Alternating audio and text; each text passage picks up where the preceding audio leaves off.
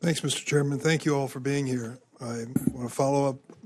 Senator Reid has touched two areas that I wanted to address, and one is the statements made by elected officials and others derogatory of judges, justices, and the court.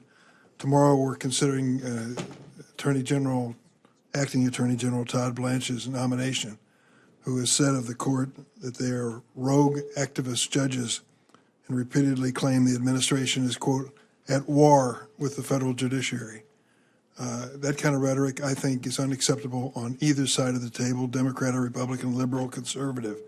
It just inflames people and has them thinking in terms of violence that may reach physical violence if we're not careful. So I want to just add the chorus that violence is unacceptable at any stage of the spectrum. Secondly, we had some terrible incidents in the Northern District of Illinois not that long ago, where one of the federal district court judges had a disgruntled person who appeared in that court, then went to her home and took the life of her mother and husband. It was a horrible incident that occurred. Since then, I've done my best to try to provide the resources, not just for that court, but for the courts across the country. And what I kind of eliciting your response, I think your position on Capitol Hill makes you a little different than most. But is it your impression, it is mine, that in speaking to district court judges, they often lament the fact that they're waiting for the GSA to respond to security measures in their courts, in their court buildings? We have a proposal that I'm working on which would allow the courts themselves to administer and monitor these funds to see if they can do it more quickly and professionally and thoroughly.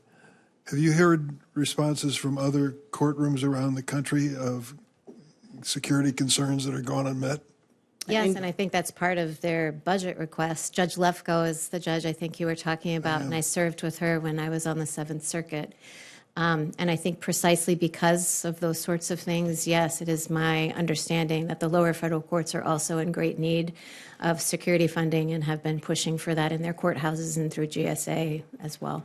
And we're in a bit of a different position because we don't use GSA. We're under the Capitol Architect and have done very well with the Architect of the Capitol, that office has always been very attentive to our needs. But the lower federal courts are reliant on GSA, and I know have some significant concerns.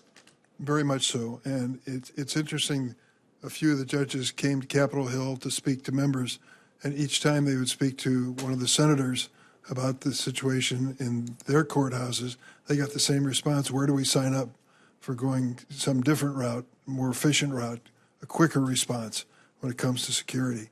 And I would just say, Mr. Chairman, that I think is going to fall in our jurisdiction here in the future, and I hope we take it seriously. I thank you both for being here today. Thank you, Senator. Thank you, Senator.